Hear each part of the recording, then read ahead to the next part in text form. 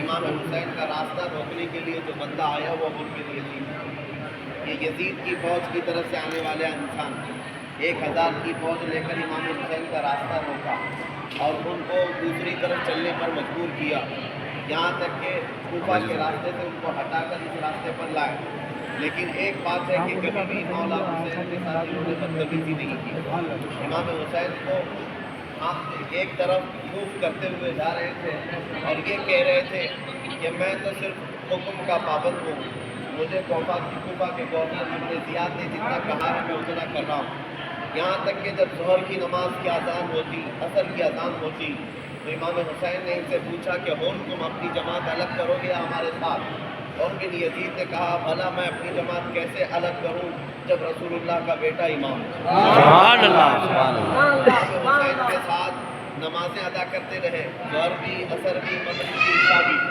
امام کو کربلا کے میدان میں حسین ہی تھے، اگرچہ مد مقابل میں یزیدی آئے تھے، لیکن جب نماز ہوتی تھی تو حسین اعظم کے پیچھے سب کی نماز ہوتی۔ اب جب نمازیں ہو رہی تھیں، یہ محرم کا مہینہ ہے، 7 محرم سے لے کر 10 محرم تک سرکار امام حسین کو انہوں نے روکا اور ایک طرف اترنے پر مجبور بھی کیا، اور پھر امام حسین کے پاس آ کر کے انہوں نے کہا کہ آپ کیا چاہتے ہیں، کوفہ کی گورنر خلافت؟ امام حسین نے ان کو سمجھایا کہ میں نے تو 3 باتیں رکھی ہیں، یا تو مجھے واپس مدینے جانے دو، یا تو سمندر کے کنارے کہیں جانے دو، یا تو دمشق جانے دو، میں اپنا معاملہ طے کروں، لیکن تینوں باتیں ماننے کو تیار نہیں۔ اور بن یزید کو جب یہ پتہ چلا امام حسین جنگ نہیں چاہتے ہیں اور امام حسین خون خرابہ نہیں چاہتے ہیں، تو یہ آئے اور کوفہ کے گورنر کی طرف سے بھیجے ہوئے عمرو بن سعد اور اس کے علاوہ جو خولی بن یزید تھے، ان کے ساتھ گفتگو کیا اور کہا دیکھو مولا حسین جنگ نہیں چاہتے، رسول اللہ کے بیٹے جنگ نہیں چاہتے، لہٰذا جو 3 باتیں رکھ رہے ہیں وہ اس کو منظور کر لو۔ عمرو بن سعد اور دیگر لوگوں نے کہا کہ ہم کو ان کی کوئی شرط منظور نہیں ہے، عمرو بن یزید اگر تو ان کی سپورٹ میں آ رہا ہے، ان کے سپورٹ میں ان کی حمایت میں بات کر رہا ہے تو پھر تیرا بھی حشر برا ہو سکتا ہے۔ عمرو بن یزید نے سمجھ لیا کہ یہ جنگ نہ کسی خلافت کی ہے، نہ ہی کوئی سیاست کی ہے، یہ تو حق و باطل کی جنگ ہے۔ عمرو بن یزید کہتے ہیں اس وقت مجھے محسوس ہو گیا کہ مجھے کیا فیصلہ لینا چاہیے۔ عمرو بن سعد یزیدی گورنر، یزیدی سپہ سالار نے پوچھا ان سے اور تم کیا چاہتے ہو؟ عمرو بن یزید کہتے ہیں میں ایک طرف جنت دیکھ رہا ہوں، ایک طرف دوزخ دیکھ رہا ہوں، میں درمیان میں کھڑا ہوں، جنت مجھے حسین کی طرف نظر آ رہی ہے، دوزخ تمہاری طرف نظر آ رہی ہے، لہٰذا میرا یہ فیصلہ ہے کربلا کے اس میدان میں، اگرچہ میں 1000 لوگوں کا لشکر لے کر کے آیا تھا، سپہ سالار بن کر آیا تھا، یہ سارے 1000 لے لو، تمہارے لیے فوج مبارک، میرے لیے حسین کا قدم مبارک۔ ایک رات پہلے کی بات ہے، ایک رات پہلے کی بات۔ اب جو اہم پوائنٹ بتانے کی ضرورت ہے، یہاں پر آئے ہوئے ہر سنی کا جذبہ ایسا جوان ہونا چاہیے اور ایسی شجاعت آنی چاہیے، حسینی ہوتا کون ہے؟ میرے عزیز و عمرو بن یزید ایک رات پہلے وہ خیمہ بدل لیا،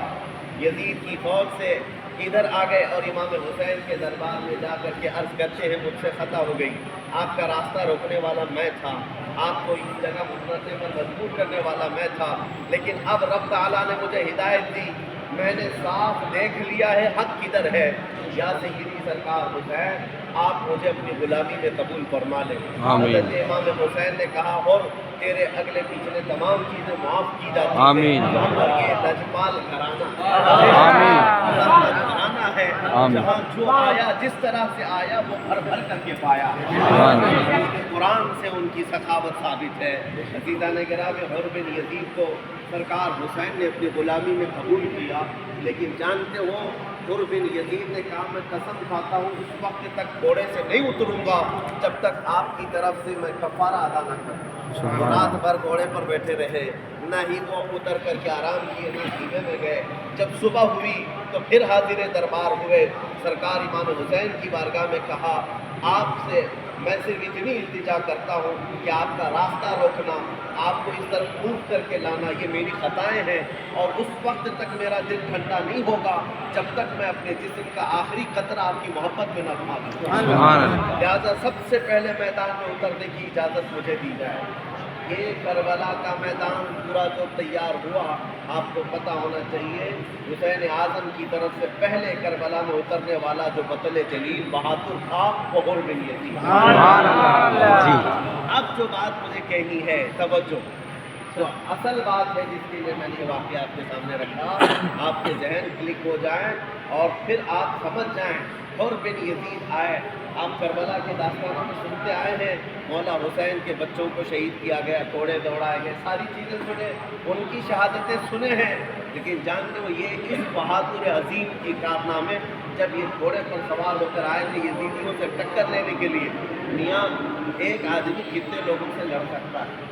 ایک آدمی تنہا کتنے لوگوں سے لڑ سکتا ہے؟ 1 سے 2 سے 4 سے، لیکن حر بن یزید نے 120 لوگوں کو مار گرایا،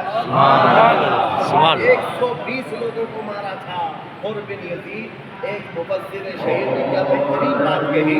جو ایک رات پہلے حسینی بن کر کے آئے اس کی طاقت کا یہ حال ہے تو جو پیدائشی حسین ایک رات پہلے جو حسین کے خیمے میں آیا اس کی طاقت کا حال یہ ہے، جو پیدائشی حسین ہو اس کی عظمت کا کیا کہنا۔ اسی لیے ہم کہتے ہیں میرے عزیزو، ادھر ادھر اپنی نسبتیں نہ بناؤ، مولا حسین کے قدم سے جس کی نسبت ہو گئی پورا زمانہ اس سے ٹکر لینے سے بھی گھبراتا ہے۔